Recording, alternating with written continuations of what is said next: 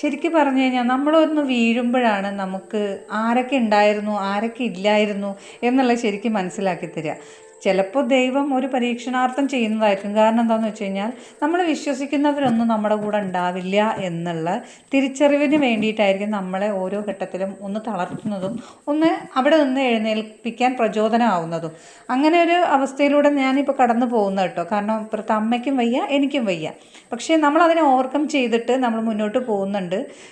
സത്യം പറഞ്ഞു കഴിഞ്ഞാൽ ദൈവം നമ്മളെ ആ ഒരു ശക്തി തരികയാണ് നമുക്ക് ഓവർകം ചെയ്യാനുള്ളത് കേട്ടോ. അതില്ലായിരുന്നു എന്നാണ്, അങ്ങനെ ഒരു ശക്തിയിൽ നമ്മൾ വിശ്വസിക്കുന്നതുകൊണ്ട് തന്നെയാണല്ലോ നമ്മളത് ഓവർകം ചെയ്ത് മുന്നോട്ട് പോകുന്നത്. ഒന്നുമല്ല, നമുക്ക് ചുറ്റും ഒരുപാട് വലിയ വലിയ രോഗങ്ങളുള്ളവരുണ്ട്. പക്ഷേ നമ്മൾ ഏതൊരു അവസ്ഥയും തരണം ചെയ്ത് മുന്നോട്ട് പോകണം എന്നുള്ള ഒരു പാഠം കൂടെ ഞാനിവിടെ പഠിച്ചു. ഇന്നത്തെ പണികളൊക്കെ ഏകദേശം കഴിഞ്ഞു, പ്രാർത്ഥനയും ജപമൊക്കെ കഴിഞ്ഞു, വീട് അടിച്ച് വൃത്തിയാക്കലും കാര്യങ്ങളെല്ലാം കഴിഞ്ഞു. അപ്പം ഇന്ന് ഇത്രയേ ഉള്ളൂ. ഇഷ്ടമായാൽ ലൈക്ക് ചെയ്യുക, ഷെയർ ചെയ്യുക, സബ്സ്ക്രൈബ് ചെയ്യുക.